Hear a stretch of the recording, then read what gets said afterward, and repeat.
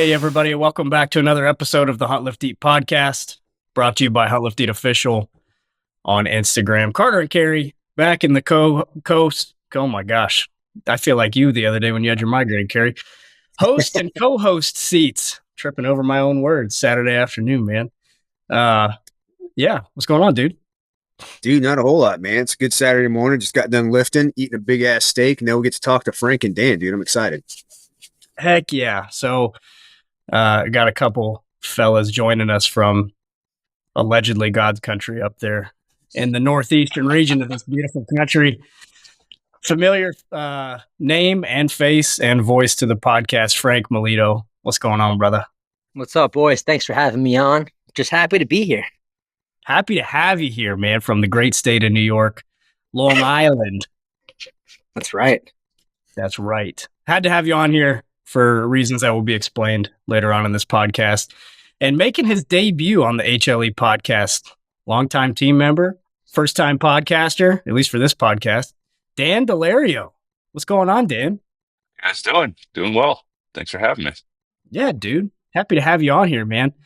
Kerri and I have been going back and forth on, we talk a lot about who we want to have on the podcast and cool episodes. That'd be good ideas, man. And that's one thing Kerri's actually super good at. But we just did a podcast recently talking about first-time hunts and kind of talking about the season. And you came to mind. I remembered I had to dig deep in the archives to remember a message I saw floating around this past fall about a certain experience you had to have, you had for the first time during your season, man. And I was like, now's kind of the best time. I'm removed from deer season right now. I'm sad, like I'm missing it.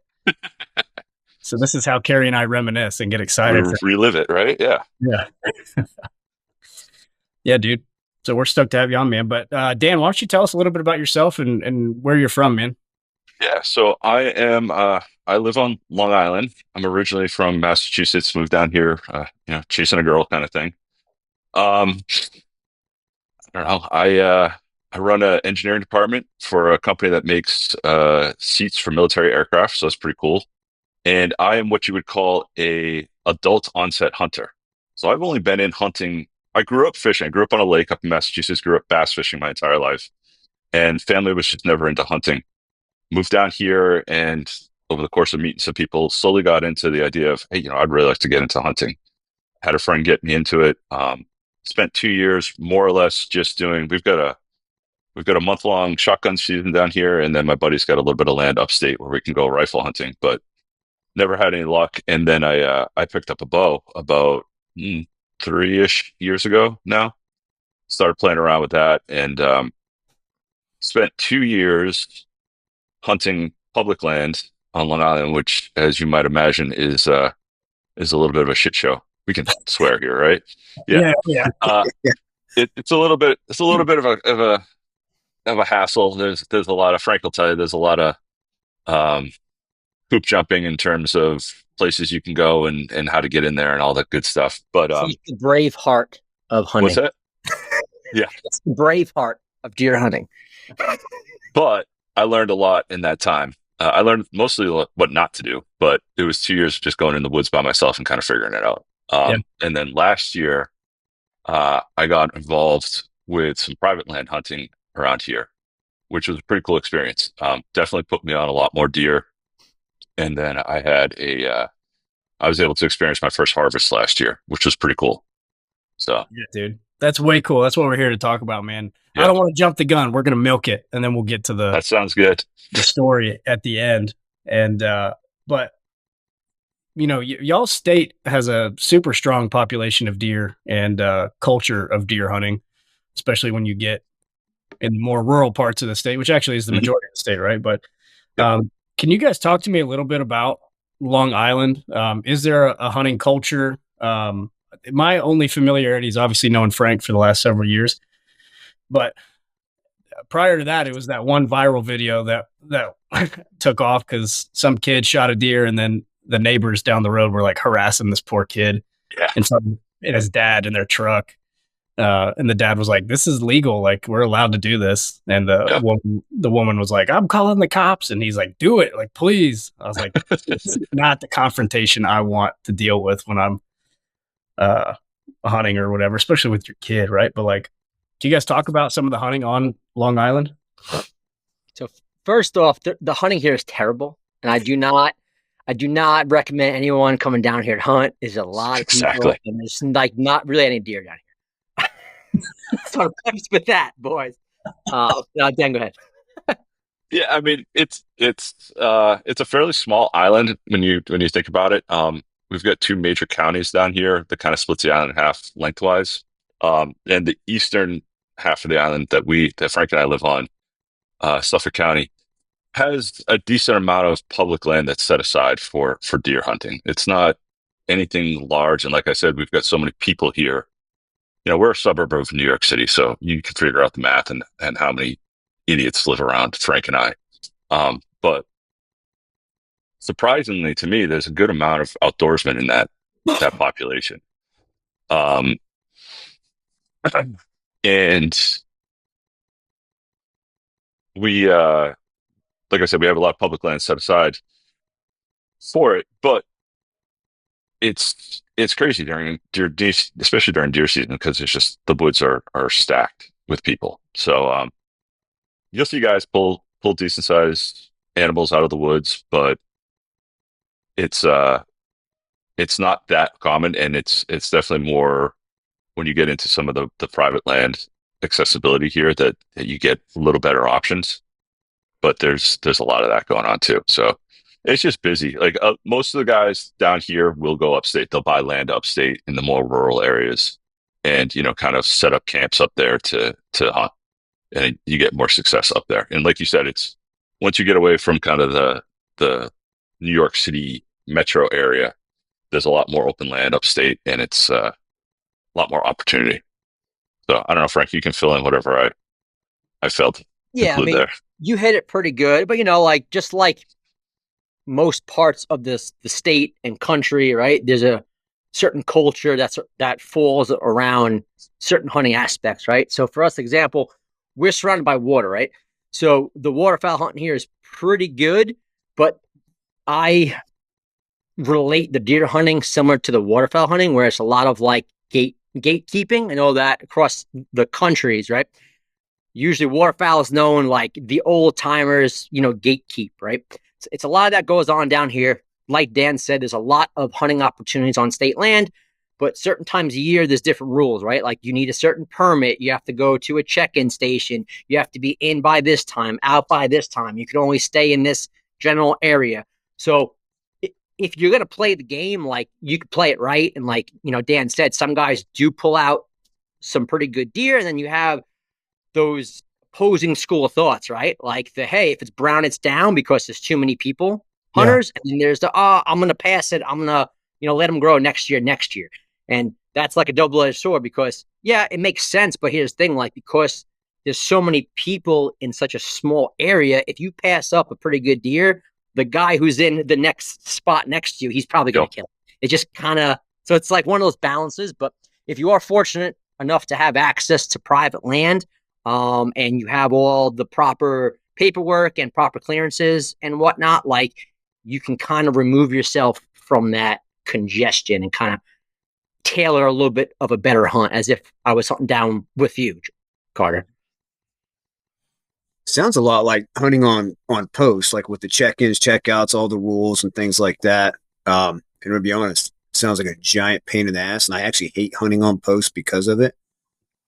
Man, we got to get you guys out of that communist state up there, man. Yeah, it's tough, man, because it's doing scouting and stuff is even tough because, like you said, it's check in, check out. You got a certain parking spot that you can go to only if you've got the right paperwork, like Frank said, and for that day you've got the permission to be in that spot, kind of thing. And just it's a pain in the ass. The public land that we hunt is also, at least one of them is like a huge mountain bike area as well. So during certain parts of the season, you got yahoos on mountain bikes, which I am granted one of them, but I don't ride there.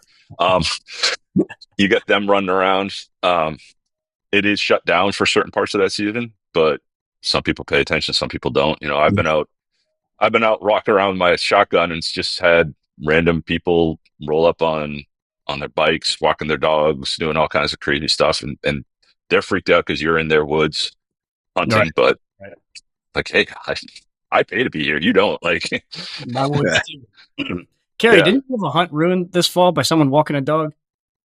I mean, that's happened so many times. Really? But yeah, so where I'm at now, like we've got really good public land, but I just happen to be away from all of it. Somehow I'm like right smack in the dab center of being like the furthest from all the public land. But there's a park that's like semi-public, not too far, and you know they've got good deer. It butts up to Fort Knox, and Fort Knox is legendary for having just really big, really good whitetail bucks. So you get a lot of that bleed over coming from Knox. So it's actually pretty decent, but it sounds like it's like that. There's a lot of trails go through. There's bike trails, horse trails. There's a disc golf course that runs through there. So all of that's supposed to be shut down during hunting season, with the exception of the haunted forest or whatever they call it that they run all September. So like I've had 2 years ago, man, like I think it was 2 years ago. Like I scouting, I had all these deer pattern. I knew where I was going to go. And then all of a sudden they started playing this haunted forest thing. And then they shut down parts of the park because they would decide that was when the, you know, great time to like redo the roads or, you know, like little dirt roads and stuff like that. But yeah, I've been in a tree and I've had people like just wander through the woods, walk under me several times. And you're like, cool. Right. Well, I'm not killing anything today. That was on private though too, man. I've been on private property that was like adjoining to public, and I had some dude with a dog walk past me and asked me what I was doing here. Yeah. I'm like, well, you're on private property, pal. What are you doing here? He's like, no, I'm not. I'm like, I've been in these woods for 10 years. Yeah, well, you've been trespassing for 10 years, homie. You know, it's like one of those things where like everyone belongs everywhere, right? Yeah. So that's like another added complication. But I know that happens across the whole country. But sometimes when you like look at it from like 1,000-foot perspective, it's quite comical. Except for when you're coming in and then you see some dude like who runs by and the deer's gone. It's like, well, there goes my hunt. Yeah. I got accused of trespassing on my own farm 2 seasons ago by my neighbor. Not by my neighbor, by a guy who was hunting illegally on my neighbor's property. He came over and he accused me of trespassing, and I was on my property. It was insane. Just the gall of some people, man. People are so... Sounds like typical rural Georgia problems to me. Yeah.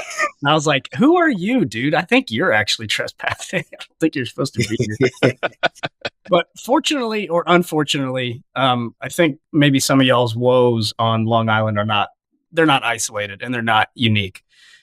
Fortunate that, you know, you guys can share in the misery of other public land hunters. Like a lot of that, you know, is shared by other folks. Like here in North Georgia, even in Appalachia, there's a strong culture of if it's brown, it's down. Like especially on a lot of the public here in the mountains, there's not a lot of letting bucks grow, which is unfortunate. And fortunately, we do have an abundance of public land in this country, but it is a grind, man.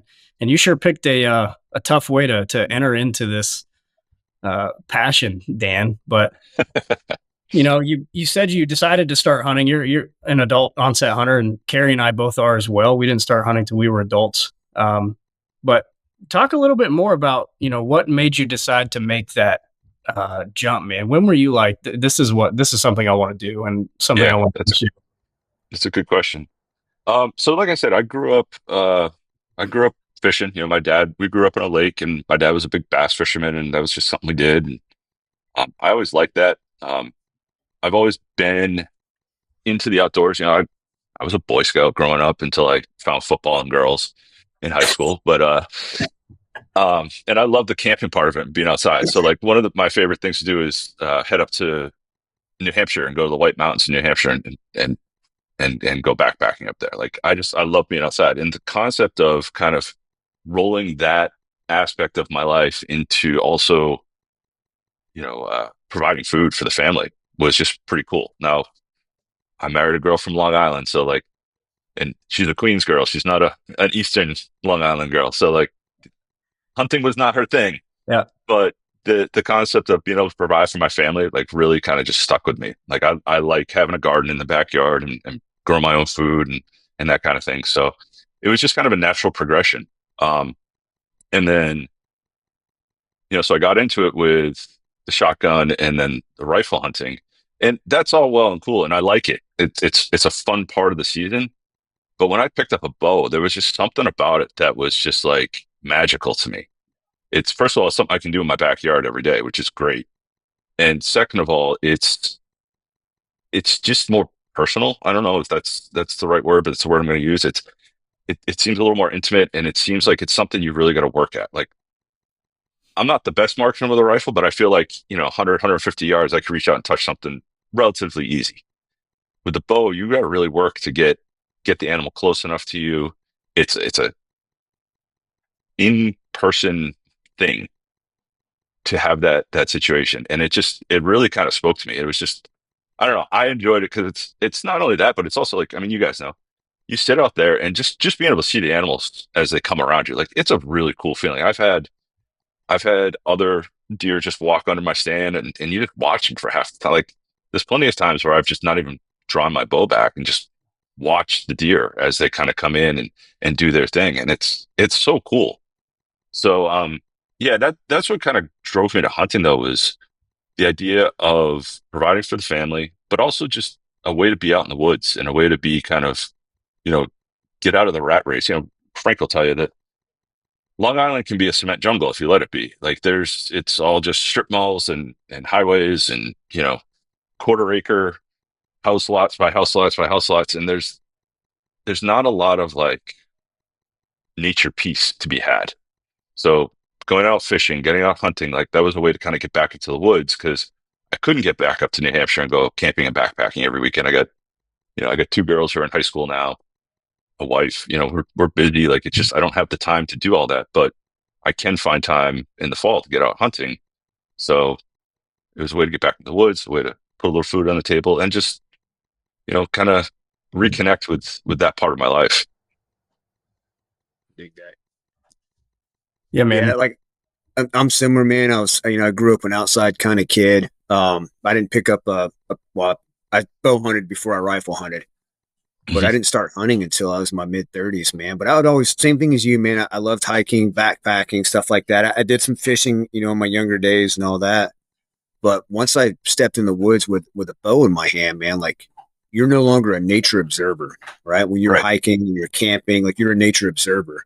Like, when you walk in that woods with a weapon in your hand, you're a predator. You are now a part of nature. And it's just, yeah, it was something that just ignited like this passion and fuel in me, man. It's cool to see somebody else doing it too, Yeah, that's a great way of putting it. It's like when you're out backpacking and hiking, like, to your point, like, I felt like an observer.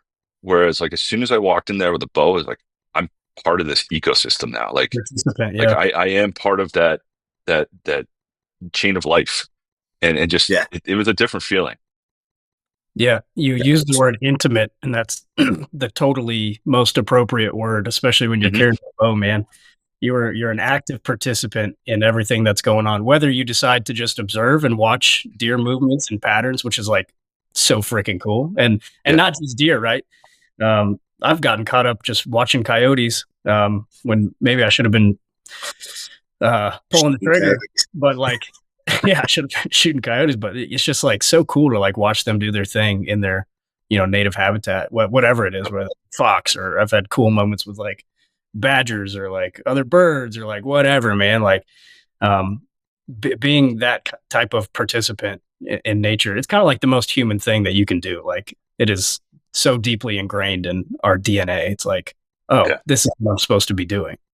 Yeah, there was definitely a part of me that just kind of like was reinvigorated or just like uncovered when I started this journey, and it was pretty cool. That's way cool. How'd you go about, getting your first bow?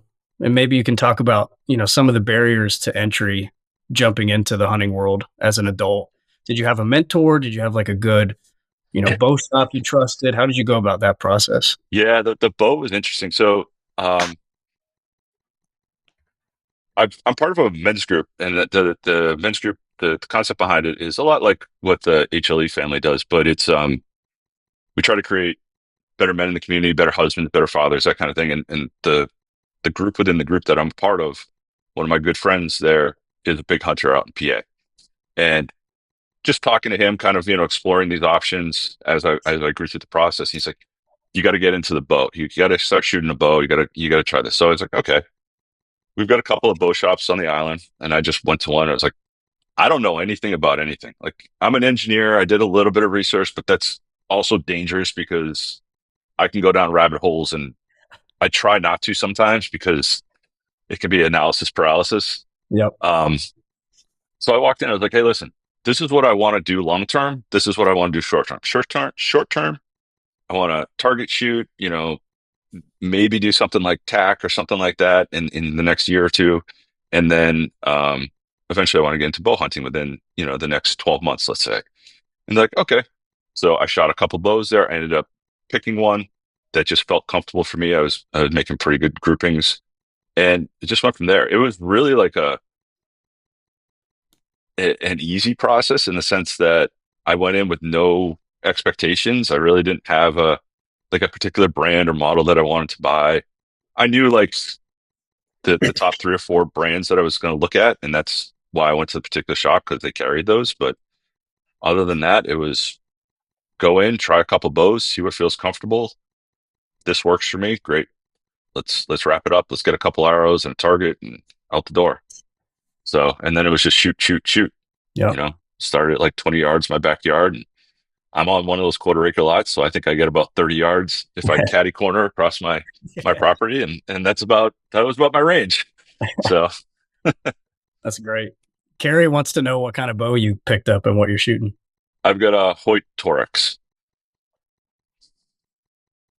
What do you think about that, Kerri? What do you think about that, Kerri? Dude, my computer just froze for like a good solid 20 seconds. I came back on, and all I heard was Kerri wants to know. Oh, I said Kerri wants to know what type of bow you picked up and what you're shooting. He picked up a Hoyt Torex. Dude, look at that. That's exactly what I was going to ask. What are you shooting? I knew you would. Yeah, so you love it, man? I do. And it's one of those things, I tell anyone who will listen, but it's coming home from work and going out and shooting 5 or 10 arrows a day. Like, it's great practice, first of all, but it's just something that kind of centers me and calibrates me and allows me to kind of like just decompress. Like I said, I run an engineering department for a defense contracting company. It's pretty high stress work most of the time. A lot of deadlines, a lot of just shit going on. And that allows me to kind of come home and just be like, all right, let me get into dad mode, get into husband mode, get into, home mode. And, and then I'm also building my skill set. So, and then I can do, on the weekends, I'll do fun stuff. Like I'll integrate my workouts into it. So, it's like 5 or 10 burpees and then shoot 2 arrows and do that, rounds of that, stuff like that. That can kind of just be a fun way to train and get ready too.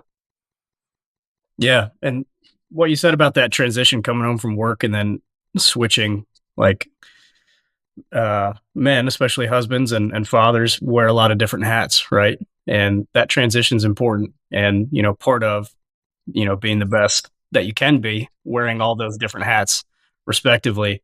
I think, taking the time to give yourself an outlet like this makes me a much more present husband to my wife, a much more present father to my kids. And you get to model, positive behavior outside, like learning a new discipline and, expanding those skill sets and that knowledge base. Like, not only are you taking time to decompress and take some time for yourself, which is super important, but your kids are seeing that, right? And, Frank and Kerri both have kids as well, and enjoy time in the outdoors with their kids, and modeling that behavior I think is so important. That's now you're starting to really speak my language here. Like the idea of men kind of take care of themselves and being present, right? Like, it's so important for us to be completely present in everything we do. And the hardest part is the transition from work to home, or home to work, or work to the gym, or whatever it is. Like, there's a transition phase in each one of those changes, and allowing yourself the couple of minutes to kind of decompress from one and get engaged in the other is so important. Because I know, like, if I drive home and I just immediately jump out of my truck and walk in the house, and I mean, like I said, $2 and a wife, you can imagine what all hell is breaking loose in this house every once in a while. Like, I can lose my shit real quick. But if I've got a way to kind of just like slowly transition a little bit more, or allow that transition to occur in a phased manner, like, that helps me kind of stay calm, be present, be a little more stoic, and really kind of like be the husband and father that they need me to be in those moments. And yeah, shooting my rifle, or shoot my bow rather, definitely helps me in that transition. Yeah, Frank, you work a pretty high stress job as well, man. And I would imagine that transition time and period is also pretty important to you. Yeah, like Dan said, sometimes the hardest thing is like leaving the stress or leaving the job at the job, right? So, obviously, as you guys know, I'm sure many of our listeners know from hearing me jabber on, is that I am in law enforcement, right? I've been in it for coming up on 17 years now. And, every day is different. Some days you see things that you can't help but bring home with you, right? Mm-hmm. You try your best not to bring it home so you can be the best version of yourself for your family. Your kids, obviously, especially because they're going to mimic you, especially me being the man, right? So I do my best, especially like, for example, this morning, we woke up, had breakfast together. Like, all right, I'm going to go get in a fast workout so I can kind of de-stress and leave all the so-called demons at the door, right? And then that helps me be centered for the day so I can be the best version of myself and just be mentally present for my family. And then, obviously my boys come out, hey, can I work out with you? And, the answer is always yes. It might. Sometimes it's like, oh, shit. Like, I just want to get this done, right? But you know what? But then you look at the big picture, like they want to be like you. And then like this morning, I got, hey, Dad, it's getting warm. Can we go outside and shoot the bow soon? I'm like, absolutely, kid. Yeah. And now my little guy, he's 5. All he wants to do is shed hunt and go fishing. And he wants to shoot the bow. So every time that he asks me, I try to make it happen. Our big thing lately, just because I've been doing it, is, shed hunting. So I always feel bad finding one. And then the next morning, he's like, you could have waited for me, Dad. I'm like, smart pal, I'll bring you out. And he's like, all right, let's go. So it actually happened this morning. I found a break off with my dogs before work. And this morning I showed him, he's like, that's pretty cool, but like, you should have waited for me. So, but it's a balancing thing, right? You just try to always, and my big thing is, I have not always been the best about it, but I am trying to be better. I'm trying to involve my children in my outdoor endeavors, especially as they're getting older and they're getting more interested, right? I think that's super important, man. It's with sons, you're setting an example of what they're supposed to be when they grow up, and with daughters, you're setting an example of what they should be looking for in a husband when they grow up, and then also, trying to get them to be proper young ladies as well. And setting that example, like, I think about that all the time. Out there shooting my bow, I'm downstairs, clanging weights or whatever, and it's like my kids see me being consistent and dedicated to something that I love and that I'm passionate about and that serves me and is not detrimental to me, right? Like, they're seeing me do good things in life.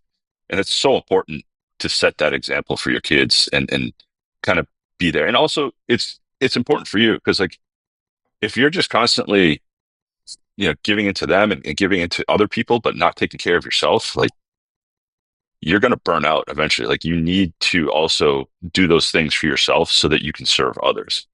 Yep. Yeah, dude, you bring up a lot of good points, and I've done all of that. I have definitely burnt myself out. I've definitely been a bad example, and I definitely now try to be that good example. Like my kids aren't with me all the time. Unfortunately, I get them for the summers and over Christmas, things like that. But like when they're here, they're in the gym with me every morning. They don't want to hunt. They don't want to fish, but they're going to be outside. So we do things outside, out in nature. So we'll hike. My son's actually a really good little bushcrafter. He'll go out there, build fires, things like that. He may starve to death if he ever gets stuck out in the woods, but he's going to be warm and dry. But yeah, and that's something, just like you guys talking about, man, setting that example. I want them to see that, I take care of myself. Like I try to tell them all the time, I was like, I'm disabled. I got a lot of problems, but I'm still in the gym. I'm still eating healthy. I was like, I tell them, hey man, I've got all the excuse in the world to sit on the couch and wait for death. I do, but I'm not going to, you know what I mean? I'm going to live a purpose driven life. And they may not see it right now. They may not care right now, but it's there in the back of their mind, and it's going to come out as they get older. They're going to be like, dad was right. Maybe develop those patterns early so that when they are young adults, they don't go through the same issues that a lot of us had, where you come home and you're bringing the stress of the work with you. And, the first thing you want to do is crack a beer and sit on your ass. You know what I mean? Like you're trying to avoid them wanting to be like that, Yeah, you're talking about the concept of like the lighthouse and the tugboat. Have you ever heard that? No. So the idea is that like the lighthouse, the tugboat pulls things, right? And it kind of like it aggressively pulls things in a certain direction, pulls things to safety, pulls things to the right position. Whereas the lighthouse is the guiding light that just shows people where the safe areas and the right places are. But it allows them to make their own decisions. And you can serve more people as a lighthouse than a tugboat, in the sense that a tugboat can only pull one ship at a time, versus a lighthouse can guide a whole fleet of ships to safety. But it's got to be on their own accord. And you're kind of, to your point, you're setting the examples, and you're just being that lighthouse, that figure that just says, look at this. They may not listen all the time, right? Like kids are tricky like that, but you're showing that way and that path, and eventually they're going to follow it. Yeah. It's one of the best parts of this lifelong endeavor that we've all chosen to pursue, man. We had Bert Soren on the podcast a while ago in the early days, the owner of Sornex. And he was like, dude, when I get home from work, like, I don't want to be dad that sits on the couch and drinks 5 or 6 beers, and my kids, that's what they see. That's how they see me dealing with stress. Like that, I want them to see modeled behavior of me in the gym, or me going to shoot my bow. And, I've fallen into that trap before where, the beers after work have been a coping mechanism, and having kids really changes your perspective on all of that, and modeling that positive behavior. Have your girls shown any interest in, your outdoor pursuits? So, I always joke, I think I've told Frank about this, but I got twin daughters who are sophomores in high school. One's my athletic daughter, and one is kind of I say this with all love, my dorky daughter. So she's into all the arts and crafts and stuff like that. She does do jujitsu and fencing, which is pretty cool. But my other daughter is more with me. Like she'll come down and she'll clang weights in the gym with me, and she's a field hockey goalie, and she's doing flag football this season and basketball, and she loves to go hiking with me. We did a 4,000 footer in New Hampshire last year. Did some camping. She'll do that. She's been hunting with me. We went up state to my buddy's place and did spring turkey hunting one year. And she looked at me. She goes, "Dad, I loved the camping part of it. I loved all that." She goes, "The hunting was boring." Like, all right, that's fair. That's fair. I get it. We didn't see anything. Like, I get it. She goes, "I had fun shooting the 22 though when we weren't hunting." I'm like, "Okay, cool." So yeah, they all in their own way. And Frank can tell you too. There's a lot of good, like, relatively easy hiking on Long Island, and my whole family will come out with me and do that. There's places up on the North Shore that are kind of on the bluffs, so that you see the Long Island Sound when you're hiking and stuff, and they love going up there and hiking, and so that's cool. But yeah, that's actually my favorite way to do outdoor stuff with the family, man. We do a Sunday ruck day. Yep. Yeah. It's cool. I don't know if they like it as much as I do, but we do it. I just like getting out there. Like the place that we go up by the bluffs, there's like an old cemetery up there, so we'll go check that out every once in a while. And every once in a while, we'll see a big buck just walking through there, which of course you can't hunt up there, so they all hang out up there. We can shed hunt it. Yeah, we can. Put it out there. That's cool, man. Go ahead, Frank. I was going to say is that it's cool is that even though your one daughter isn't as much into the outdoor stuff, but she's still watching you come home and be consistent, right? So you're still setting that foundation for her, and she's doing jujitsu, she's doing fencing, right? And because she's being consistent, she's ultimately going to progress, right? So even though she might not be into the same outdoor stuff as you, she sees how consistent you are, and you've set the foundation. So even though your two daughters might be the yin and the yang, right, for the different stuff, it's still off of the same basic principles, man. Yeah. So, And I'm starting to see the returns now, like that. Her especially, she's like I say, she's a field hockey goalie. She's been starting since she was a freshman, and she's like, I'm going to play in college, and she's got like a plan like in place. She's working out, she's doing all the extra stuff, and she's just busting her ass, and it's good. And then the other one with school is the same way, like just works her ass off. So hard work, man. Like they see it, and they whether you think it or not, they're little sponges, and they are following you. They're always watching, man. Always watching. That's awesome, man. So you decided to pick up a bow, and quite a difficult endeavor to jump into. Like you said, it could be a bit of an analysis paralysis, and you were a target shooter for a period of time before you decided to step in the woods and be a active hunter. So you're shooting in the backyard, you're working on your grouping, maybe working on the shot process. But talk to us about your first couple hunts, man. Like what was your first hunt like? Oh man, so my first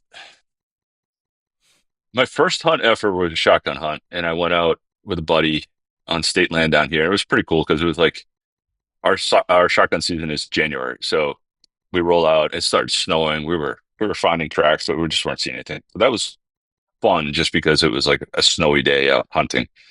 My first couple bow hunts, though, were educational. Is probably the best word. So I jumped in like deep. I jumped into not only bow hunting, but I jumped into saddle hunting. Oh my gosh! Right? Because we've got such limited private land access that it's not like you're going to go out and set up a stand that's going to be there, when you get back, or even guaranteed that you're going to get into that same spot. So you need to be pretty mobile where we're at. And I didn't know up from down, so I'm like, all right, I'm a big guy. Like I don't like a lot of weight in my shoulders. Let me try to figure out the lightest possible setup here. So saddle hunting looked pretty cool. Plus, I'm a gear guy, so that sounded even better. But dude, learn how to climb a tree. Like I had done it once or twice, with an easy setup, kind of in a backyard type scenario. But when you've got all your gear and it's dark and you're in an area that you really haven't scouted that much before, and even if you have scouted, it doesn't look anything like it did in the middle of the day. Like hot mess the whole time. I can remember one of the first couple of times was I got all the way up. I got in the tree. I pulled my bow up and I realized that my release was still in the bag back in the truck, like, 3/4 of the mile back in the truck. Yep. Been there. So walking all the way back there, but it's all tuition payments for the process. And, I would say the first half a dozen trips out, I didn't see a thing. And I was starting to learn, like, okay, these are areas you don't set up in. I don't necessarily know what the areas you do set up in are, but these are areas you don't set up in. Yeah. And then, a couple trips, and I would see like one or two doe. I'm like, okay, like I'm starting to, but I'm not in the right location. Like they're coming in different ways. So I'm starting to figure out like travel patterns and stuff like that. And you just slowly start putting it together. And, like I said, we've got so much activity down here that things just get pushed around, and patterns aren't really patterns down here. Like there's generalness, but it's not like a consistent thing. So, hunting public has been a challenge, but it's also been a huge way to quickly develop skill sets, I would say. Like got the saddle system down. I've kind of figured out what I like and what I don't like. Also kind of figured out like the best areas to be in and what to look for. And then I started, started playing around with some e-scouting, and that really helped me, and doing some research online on how to do that and just look at terrain. Like we don't have, as you can imagine, it's Long Island. It's just basically a big sandbar is what we live on. there's not a lot of up and down, but being able to see different terrain and different, like, there's a field here, there's a stream here, there's this, and kind of starting to put that all together, you start to make those maps in your head of okay, this is probably a better place to take a look at and start playing in. So yeah, a lot of tuition payments is the best way to put it. You know, those first 2 years. I like that. Tuition payments. I'm gonna write that down, man. And if anybody who's been doing it long enough, mate, if those tuition payments ever stop coming, like if you ever become stagnant, like you're wrong. Like those tuition payments will go forever, and you're never constantly gonna be learning. Yeah. That's awesome. So you get a couple hunts under your belt, man. Walk us through the morning of this hunt that's kind of bringing us to this culminating story here. Walk us through it. Yeah. So like I said, last season was the first season I got a little bit of access to some private land, which was a great opportunity. I had hunted this property the week before in the afternoon, and I had seen a couple of, I had seen some activity. I actually had a buck walk right under me who just would not give me a good angle.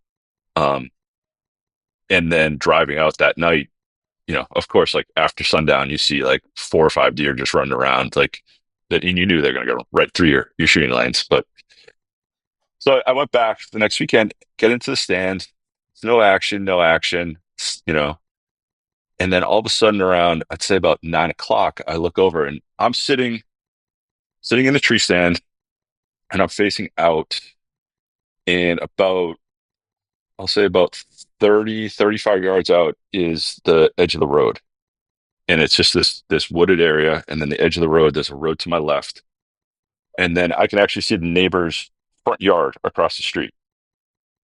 So I'm looking out and I'm just kind of scanning with my binoculars. And across the street, I see a buck.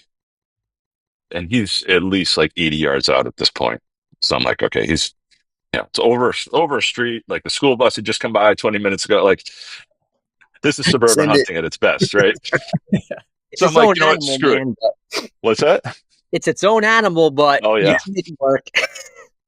So I'm like, screw it. I'm like, I'm just gonna play around at this point. So I grabbed my call and I gave a little grunt, and this guy just he just looked up like a 25-year-old in a bar ready for a fight. Like he's like, let's go.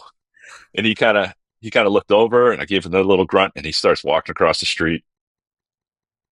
He stops and he starts coming back again towards me. And there's a path in to this like kind of ring that's right at my 20 yards. It's kind of a perfect setup. And then to my left, there's a thicket, and then a little opening here. So he walks into the thicket, and I know he's going to pop out like right under me, but it's just a bad shot. Like I'm not going to be able to see him at all. Or I'm not going to be able to get an angle on him. So while he's in the thicket, I stand up. He comes out, and I'm like, well, I've never actually pulled back on a deer. Let me just practice that while he's here. Like, see if I can do it without spooking him. And I get pulled back, and all of a sudden he looks up, like he just sensed something. He looked up, and we just stared at each other it felt like forever. It was probably 10 seconds tops. And he's just like, yeah, this isn't right. And he goes back into the thicket. And I knew that one of two things was going to happen. One was he was going to come out and give me like a perfect broadside facing away shot, or he was going to come out and I wasn't going to see him until he was, just basically walking straight away from me. And he comes out and kind of starts to go away from me, but I just gave a quick like bleep, and he kind of turned and looked at me, and I was like, screw it, let it go. And I swear to God, I thought I undershot him. Yeah. Because arrow goes in, he jumps, and then he jumps, and then he just runs away. So the trail goes out like another 10 yards, and I'm like, I missed him. And then all of a sudden I hear him on the street, and then I hear this god awful crash that is it's antlers hitting asphalt is the only way to describe it, that most people have probably never heard. And I'm like, shit, he's down. Like he fell. And all of a sudden I had heard about, the adrenaline dump. I could not believe how much I was shaking. I'm trying to text Frank, like I got a shot off, like, holy shit, like, all this stuff. and like my thumbs aren't working. Like it's just gibberish on the screen. Like I'm shaking like a leaf. Like I didn't know what the hell was going on. Then the whole time I was calm. Like I Yeah. was really surprised at how calm I was. I was like, all right, I've got the pin right where it needs to be. Like he's right at 20 yards. Like everything just I couldn't have lined this up perfectly, more perfect. And I pop him, and I wait. Like Frank's like, all right, box breathe. Like he's trying to like talk me through like calming down. Like eventually I calm down enough. I wait like 10 or 15 minutes, and I'm like, he's in the middle of the street though. Like there's people around. I gotta. So I walk out. I check the arrow. The arrow is just like frothy red. Like all right, I hit him, You drilled him. and I go out, and he's laying in a pool of blood on the street, Oh and my gosh. I had to drag him off, and like lucky I got out when I did, because I think I told you this, Frank. About 3 minutes after I got him pulled to the side of the road, a trash truck came by, and there's no way Oh no the trash shit! truck was going to get by. They would have taken that freaking deer, man. Oh Yeah. shit, free meal. Seriously. So it was like perfect timing. But yeah, I mean, and then I'm calling Frank. I'm like, I don't know what I'm doing at this point. Like, I can look it up online and I can figure it out. But like, are you around? So I end up going over to his house, and he walks me through, field dressing the thing, getting it all set up, and gives me a name for a butcher and the whole 9 yards. But it was like, I mean, I double lunged this guy. Like, I don't know, dude. Do we even look at the heart? It felt like I nicked the heart with how quick he went down. But yeah, I might actually have a picture of it. So during Dan's whole thing where he's texting me and I tell him the box breathe, mind you, I'm trying to get my kids ready to go on the bus, right? So I'm like making breakfast, and I'm like, all right, Dan's out hunting, cool, whatever. So I get him on the bus, and I'm like, all right, well, I haven't heard yet from Dan. I'm like, I'm gonna get my pre-workout ready and get in a workout. And then Dan's texting me. And like I said, like I can tell that he like after he shot, his adrenaline hit because he's kind of not making sense when he's texting. I think I called him and I was like, "Yo, what's up, man?" He's like, I think I just killed a buck." I'm like, "All right, cool. All right, let me get dressed. All right, drop me a pin. I'll come track." He's like, "No, man, like it's in my truck. I got it. Now what?" And I'm like, now what? I'm like, all right, just come to my house, bro. I'll never forget that, man. It was awesome. Like, it was just cool. It was just one of those things too, where like I get out to him, he's laying in the street. I'm like, all right, I got to get him off the street, and it's like, I'm just like, the mind just goes completely blank at that point. I'm like, what's like, okay, just figure out the next step. Okay, the next step is drop the bow, drop the backpack, go get the truck, bring it over. All right, next step is get the buck into the truck or tag it, get it into the truck. Like I had to like literally like walk myself through step by step, and just like, even now, like I'm getting excited again, because it was just like, it was such a rush, man. Like, yeah. And I set myself up for disappointment for all future hunts, because this couldn't have gone better. I mean, I called this thing in from like 80 yards. I got a perfect broadside shot. I double lunged it. It dropped within 10 yards of where I shot it. Like there's literally like nothing. It doesn't get, it's an 8-point buck. Like it doesn't get better than that. Setting it's a small 8-point, but it's an 8-point. Yeah. Man, that's freaking awesome. You did so many things right, especially on your first hunt by yourself, like successful hunt like that. And it's just the best, especially with a bow when they go down within eyesight and they're down. Because like sometimes when I release an arrow, I just inevitably I'm like, oh my gosh, everything that went wrong could have gone wrong went wrong. Like this is going to be a disaster. Like that was my biggest fear too. It's like I'm looking at this thing, and I'm like, all right, I got to let it fly now if I'm going to let it fly. But then the back of my head going, man, I hope he drops really quick, because I don't want to have to go into the neighbor's yard and pull him out and do all this stuff that just like that you get with suburban hunting. But it worked out so perfectly. It was awesome, man. Like I look back at it, and I'm just like that. I'm kind of ruined at this point. Like that's freaking awesome, man. And thank God you lift those heavy weights all the time, dude. Loading a buck in the truck by yourself isn't always the easiest thing in the world. Yeah, I learned that I gotta have some 2x4s or something for the sled to slide it up instead of just deadlifting that thing up. Yeah, some physics is helpful. Yeah. Yep. Oh Not man. cool. Yes, figure out a good way to do it with my truck, but yeah. Yep. Coolest thing was like, I was like, yo, man, just come over. Here's my address. And like, I set it up as if he was in the field, right? So like, Right. I dropped a tarp, and I had him. I like talked him and walked him through how to gut it as if he was doing it in the woods, right? Like we can all, hang it and skin it out and like make it easy. I was like, let's do it as if you were going to be in the field, right? Field dress it. And I'm like, hey man, listen, like this, it's obviously a buck. You're going to mount it, right? He's like, yeah. I'm like, so we're not going to cut open the, rib cage. Like if it's a doe, personally, I cut through the whole rib cage so I can just basically cut the esophagus and the diaphragm, and I just pull everything out. And a lot of the things, for example, we hunt a lot of like suburban properties, right? You can't be leaving gut piles, Right. because then it brings raccoons, it brings foxes, it brings whatever. So I'm like, all right, so I garbage bag everything, right? So that adds like another added step to it. I'm like, hey man, it's a buck. You're obviously gonna want to mount it, right? He's like, yeah. Like, well, I'm glad, because you're going to learn the hard way first, because you're not going to cut past where the white meets the Yeah. brown, right? Because you want to mount it. And like, as we're doing it, I see Dan looking at me, and he's like in his brain, I feel like he's saying, how the fuck am I supposed to reach my hand up in there and I'm not like, my hand off? I'm sitting in there and like my arms are like this, like up in there. And I'm like, I'm worried about cutting my finger off because I can't see what the hell I'm doing.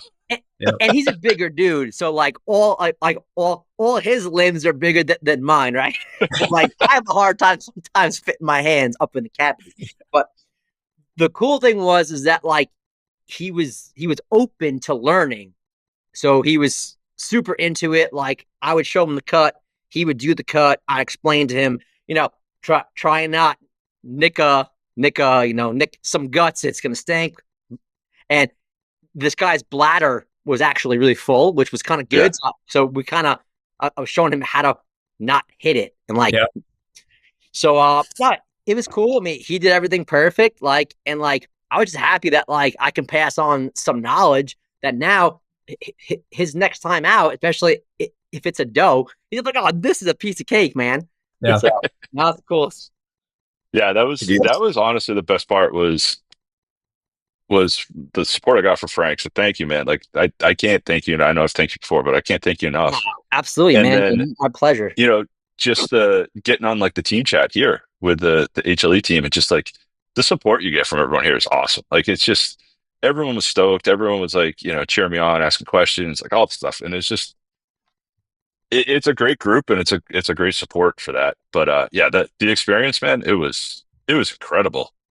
It was like a beautiful October morning. Like it was like, 60 degrees, like just a beautiful day. Like just couldn't make it up. Yeah. It's awesome. And my first year, I had to pull out my phone and I YouTubed how to gut. I've been there. Well, I'm calling Frank. I'm like, God, I hope he's not working today, because otherwise I'm doing exactly that. And I'm going to have to do it in my backyard and hope that my wife is just like busy with work and stays in the basement. I was actually going to work that day too, but like for so to speak, the stars aligned, right? And I was like, all right, well, I didn't take my pre-workout yet. That's perfect. I was like, I still got like 3 hours before work. The kids just got on the bus. I'm like, well, this couldn't have been more perfect. So I'll take my time. I could show Dan, and like he did everything like a champ. And what's cool is that you had no problem asking me questions. And I said, listen, I am by no means, I am not the best hunter. I'm not the best at gutting, at processing, but I have done the whole steps by myself multiple times. And I've been fortunate throughout my hunting career where I had some really good mentors who were very open to showing me stuff and teaching me. So like anytime that I'm able to pay it forward, like I absolutely love it, man. And like I was just honored that I was that phone call and I had that opportunity to share that moment with you. And like we all talk to a lot of people, and when you when you gut a deer and process a deer with somebody, man, that's a different bond, man. Yeah. Like you were my brother beforehand, but like you're my brother now, man.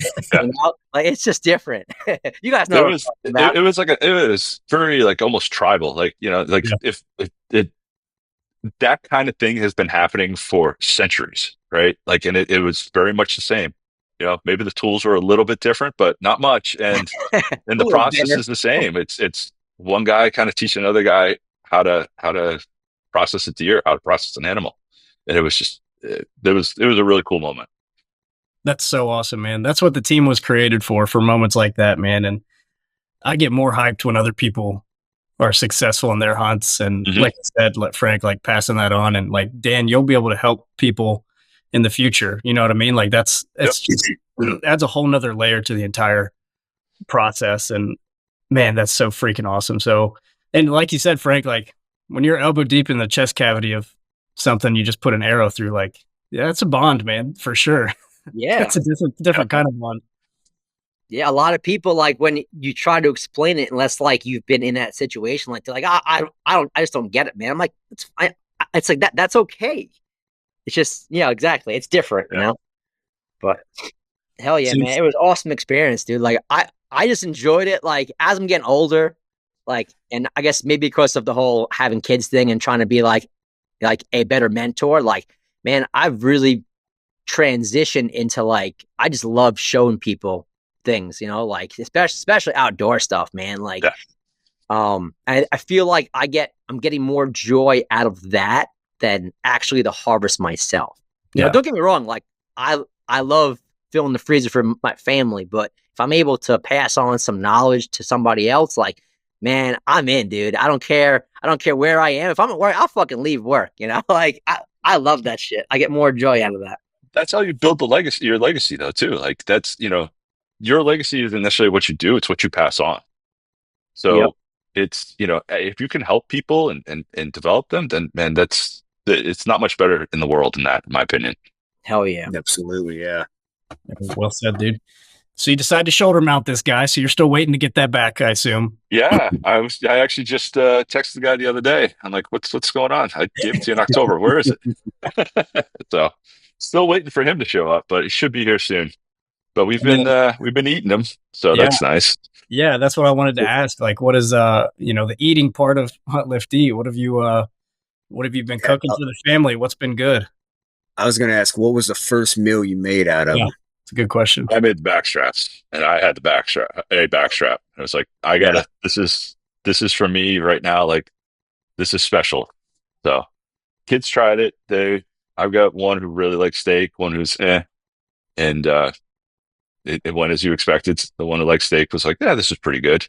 Then again, if you put garlic and butter or olive oil on something, it usually tastes pretty good. So, and then the other one was so. So I did the back straps. I made some tacos with like the ground meat that I had. That went over really well.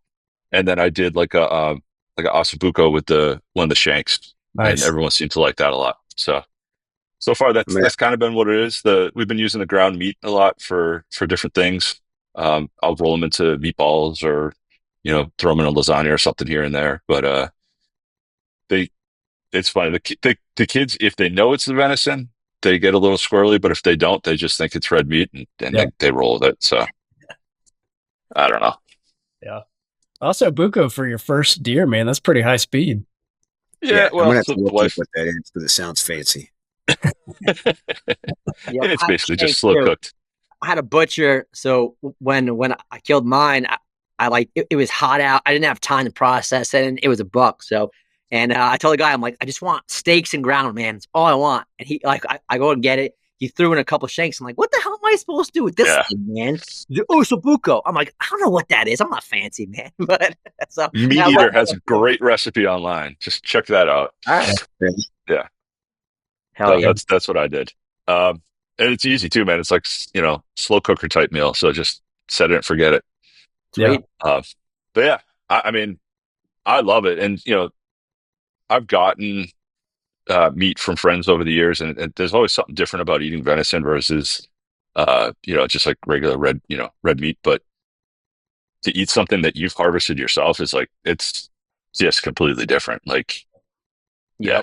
Wait till next time, man. Next time we're gonna gut it, skin it, and process it. And then when you eat that one, oh, dude, it tastes even better because you just spent hours, right, going through it. And it's weird, but like it makes it taste even better because all of your hard work pays off, especially when you're sitting down with your family. It's like, hey, like I did this and I know exactly where it came from, exactly what it was eating, what it was doing at the moment of death. And I know the work that I went into to create this meal, and it's like another level, man. It's wild. Yeah. Frank, did you have him take a bite out of the heart? No, I didn't actually. I probably should have. Now should have. About I think we both forgot about that. Yeah. Yeah. You know, next time, get it on video. We'll add it to the bank. HLE has a bank somewhere of everybody taking a bite out of their hearts. I do with every animal I kill. But get a video next time. We'll add it to the compilation video. I think we were just, reveling in that moment and like just see like the excitement like in his face and his eyes from the moment he backed his truck up down my driveway and we started doing it till the moment that we put it back in his truck, man. You could see he was just like he was glowing, right? It was awesome. Dude, the smile didn't come off my face for like 2 or 3 days. Like it was incredible. Hell yeah. That's freaking awesome. A lot of pictures too. I felt like a soccer mom. Proud mom. That's awesome, man. Well, congratulations, dude. There's nothing like it, and I'm glad you got to experience the full range of emotions and respect and gratitude and excitement. And there's nothing like the buck fever when it hits, man. And I hope I never lose that feeling. Like I even get stoked on does, man. Like I hope it never goes away. Oh, yeah. I'm stoked on bunnies, man. I don't care what it is. I just like being out there bringing shit home. Chickens with your dogs. Yeah. That's awesome, Dan. Well, we're rolling up on an hour here, man, but it's always awesome to hear stories of not only success, but your first deer, man. And just so happened to be 8-point buck, man. Like you said, like the stars align and things work out sometimes, but you're a little spoiled now. Things, I'm very spoiled now. Yeah. The funny part is I was telling Frank before the season started, I'm like, I don't care. Like, I just want to put meat in the freezer. Like it could be does all, we've got unlimited doe tags down here. So it's like, it could be does all season. I don't care. Mm-hmm. But it just so happened that I got a nice wall mount out of this. So antlers are cool, dude. Don't let anybody tell you differently. Antlers are awesome. I'm not looking for them, but if they walk by, I'm going to bring them home. Exactly. That's awesome, man. Kerri, you got any closing thoughts for us, or reflection, or more questions for Dan? I don't, man. It's been awesome hearing your story, man. It's always cool listening to guys who have come into this a little bit late. I think while we may be a little bit behind the learning curve, I think it means more to us coming in later in life, But yeah, I dig it, man. It was a great conversation. Appreciate it. Thank you. How about you, Frank? No, man, I'm good. Like this was awesome. Like I just enjoyed like reliving that moment. Because I mean, obviously, like you were elated, but like I probably enjoyed it just as much as you, aside from the actual kill itself. Oh yeah, dude. We were like kids in a candy store, just smiling that whole time. So yeah, hell yeah. I mean, listen, like when he freaking backed it up, dropped his tailgate, I ran over, gave him a big hug. I'm like, hell yeah, man, this is awesome. I was like, how do you feel, buddy? He's like, oh shit, I don't even believe this happened. I'm like, yep. No, I was just honored to be a part of it and get to relive it with you guys here, man. Like that's awesome. Heck yeah. Dan, you got anything for us, man? No, that's all I got, man. I appreciate you guys having me on. This was a fun conversation, and thanks for letting me relive it a little bit. Yeah, dude. Absolutely. Keep sending us pictures of what you're cooking with it, man. And I'm excited to see a picture of this buck you can send me once we get off to use for this episode, man. But that's what this team was created for moments exactly like that. So I'm really glad to see that come to fruition, and that's always such a positive reinforcer for what HLE stands for and kind of what we're doing here, man. So proud to have you guys on the team, man. Proud you guys got to be a part of that, and Frank for being a good mentor, and Dan for being a good and patient student, man. So congratulations. Thank you. Yeah, dude. Well, cool, guys. I appreciate it. I'm already itching for next season already, man, but I guess it'll be here before we know it, but We got man, turkey, Carter. That's right. That's right. That's right. We might have to have a conversation about some Georgia turkeys, buddy. Yeah. When I finally kill a damn turkey, I'm calling Frank so he can relive his excitement about first animals. He'll probably Do it, drive baby. down. I'm He'll in. drive down wherever you are. Why don't we go to Georgia, man, so we can help process it together. We've got a pile of turkeys here, man. You're welcome anytime. That sounds like an invite to me, Kerri. Let's do it, buddy. Hell yeah. Well, guys, I appreciate it. Dan, thank you for your time, dude. And listeners, as always, we appreciate the hell out of you guys. And we'll talk to you next week.